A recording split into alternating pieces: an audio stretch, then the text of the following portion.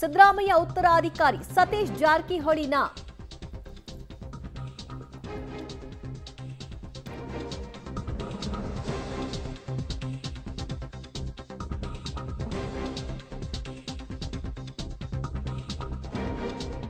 ಸಿದ್ದರಾಮಯ್ಯನವರ ಉತ್ತರಾಧಿಕಾರಿ ಯಾರು ಅನ್ನುವಂತಹ ಪ್ರಶ್ನೆ. ಹಾಗಾದ್ರೆ ನೆಕ್ಸ್ಟ್ ಸತೀಶ್ ಜಾರಕಿಹೊಳಿಗೆ ಪಟ್ಟ ಕಟ್ಟಿದ್ರ ಸಿಎಂ ಪುತ್ರ, ಅದನ್ನ ಹೈಕಮಾಂಡ್ ನಿರ್ಧಾರ ಮಾಡಬೇಕಾದ್ರೆ ಇವರಿಲ್ಲಿ ಆರಂಭ ಮಾಡಿದ್ದಾರೆ. ದೊಡ್ಡ ಜವಾಬ್ದಾರಿಗೆ ಸಿದ್ಧರಾಗಿ ಅನ್ನುವಂತಹ ಕರೆಯನ್ನು ಕೂಡ ಕೊಟ್ಟಿದ್ದಾರೆ. ಸಿದ್ದರಾಮಯ್ಯ ನಂತರ ಸತೀಶ್ ಜಾರಕಿಹೊಳಿ ಎಂಬ ಪರೋಕ್ಷ ಸುಳಿವನ್ನ ಈ ಮೂಲಕವಾಗಿ ಇಟ್ಟಿದ್ದಾರೆ.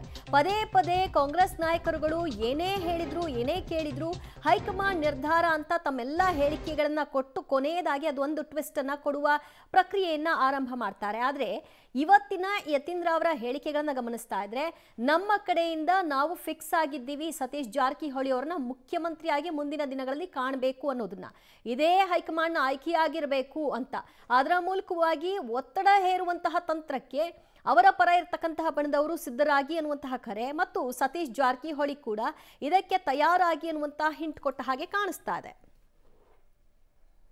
ಇವತ್ತು ತಂದೆಯವರು ಈಗ ಇನ್ನೇನು ರಾಜಕೀಯ ಕೊನೆಗಾಲದಲ್ಲಿದ್ದಾರೆ, ಅವರ ರಾಜಕೀಯ ಬದುಕಿನ ಕೊನೆ ಘಟ್ಟದಲ್ಲಿದ್ದಾರೆ. ಅಂತ ಸಮಯದಲ್ಲಿ ಈ ರೀತಿ ವೈಚಾರಿಕವಾಗಿ ಪ್ರಗತಿಪರವಾದಂತಹ ಸಿದ್ಧಾಂತ ಇಟ್ಕೊಂಡಿರೋರಿಗೆ ಮಾರ್ಗದರ್ಶನ ಮಾಡೋದಕ್ಕೆ, ಅವ್ರಿಗೆ ನೇತೃತ್ವ ವಹಿಸ್ಕೊಳ್ಳೋಕೆ ಒಬ್ರು ನಾಯಕರು ಬೇಕು. ಜಾರಕಿಹೊಳಿ ಅವರು ಅಂತ ಒಂದು ಜವಾಬ್ದಾರಿ ವಹಿಸ್ಕೊಳ್ತಾರೆ. ಕಾಂಗ್ರೆಸ್ ಪಕ್ಷ ಸಿದ್ಧಾಂತ ನಂಬಿಕೆ ಇಟ್ಕೊಂಡಿರುವಂತ ಎಲ್ಲ ರಾಜಕಾರಣಿಗಳಿಗೆ, ಯುವ ನಾಯಕರಿಗೆ ಅವ್ರು ಮಾದರಿಯಾಗಿ ನಮ್ಮನ್ನು ಮುನ್ನಡೆಸ್ತಾರೆ ಅನ್ನೋ ಒಂದು ನಂಬಿಕೆ ನನಗಿದೆ. ಸೊ ಹಾಗಾಗಿ ಈ ರೀತಿ ಒಂದು ತತ್ವಬದ್ಧತೆ ಇರುವಂತಹ ನಾಯಕರು ಸಿಗೋದು ಬಹಳ ಕಷ್ಟ. ಅಂತ ಕೆಲಸನ ಜಾರಕಿಹೊಳಿ ಮಾಡ್ತಿದ್ದಾರೆ.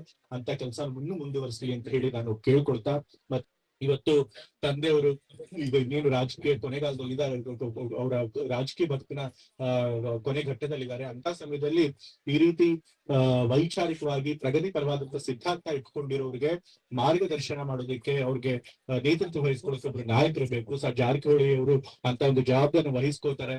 ಕಾಂಗ್ರೆಸ್ ಪಕ್ಷ ಸಿದ್ಧಾಂತ ನಂಬಿಕೆ ಇಟ್ಕೊಂಡಿರುವಂತ ಎಲ್ಲ ರಾಜಕಾರಣಿಗಳಿಗೆ, ಯುವ ನಾಯಕರಿಗೆ ಅವ್ರು ಮಾದರಿಯಾಗಿ ನಮ್ಮನ್ನು ಮುನ್ನಡೆಸ್ತಾರೆ ಅನ್ನೋ ಒಂದು. ಮತ್ತಷ್ಟು ಮಾಹಿತಿ ಕೊಡ್ತಾರೆ ನಮ್ಮ ಪ್ರತಿನಿಧಿ ಸುಕೇಶ್. ಹಾಗಾದ್ರೆ ಸಿದ್ದರಾಮಯ್ಯನವರ ನಂತರದಲ್ಲಿ ಯಾರು ಅನ್ನುವಂತಹ ಪ್ರಶ್ನೆಗೆ ಸತೀಶ್ ಜಾರಕಿಹೊಳಿ ಅನ್ನೋ ಸುಳಿವನ್ನ ಕೊಟ್ರ ಯತೀಂದ್ರ?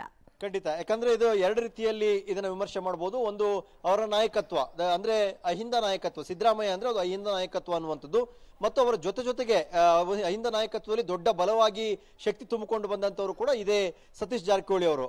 ಹಾಗಾಗಿ ಮುಂದಿನ ನಾಯಕತ್ವವನ್ನು ಅವರು ನಿರ್ವಹಿಸ್ತಾರೆ ಅನ್ನುವಂಥ ಲೆಕ್ಕಾಚಾರದ ಮಾತು ಅನ್ನುವಂಥದ್ದು. ಆದರೆ ರಾಜಕೀಯ ಪರಿಸ್ಥಿತಿ ಭಿನ್ನವಾಗಿರುವಂಥ ಸಂದರ್ಭದಲ್ಲಿ ಈ ಹೇಳಿಕೆ ಕೇವಲ ಅಹಿಂದ ನಾಯಕತ್ವಕ್ಕೋ ಅಥವಾ ಮುಂದಿನ ನಾಯಕತ್ವವನ್ನು ಪಕ್ಷದ ಮಟ್ಟದಲ್ಲಿ ಅಥವಾ ಸರ್ಕಾರದ ಮಟ್ಟದಲ್ಲಿ ನಿರ್ವಹಣೆ ಮಾಡುವ ವಿಚಾರಕ್ಕೋ ಅನ್ನುವಂಥ ಸಹಜ ಪ್ರಶ್ನೆಯನ್ನು ಇದು ಹುಟ್ಟಾಕೋತಾಗಿದ್ರಿಂದ ಮುಂದಿನ ನಾಯಕತ್ವ ಅಥವಾ ಮುಖ್ಯಮಂತ್ರಿ ರೇಸ್ನಲ್ಲೂ ಕೂಡ ಸತೀಶ್ ಜಾರಕಿಹೊಳಿ ಅವರು ಸಿಎಂ ಅವರ ಪ್ರತಿನಿಧಿಯಾಗಿ, ಅಂದ್ರೆ ಸಿದ್ದರಾಮಯ್ಯ ಅವರ ಬಣದ ಪ್ರತಿನಿಧಿಯಾಗಿ ಪ್ರತಿನಿಧಿಸ್ತಾರೆ ಅನ್ನುವಂತಹ ಮಾತಿನ ಲೆಕ್ಕಾಚಾರ ಅನ್ನುವಂಥ ಕುತೂಹಲ ಇದೆ.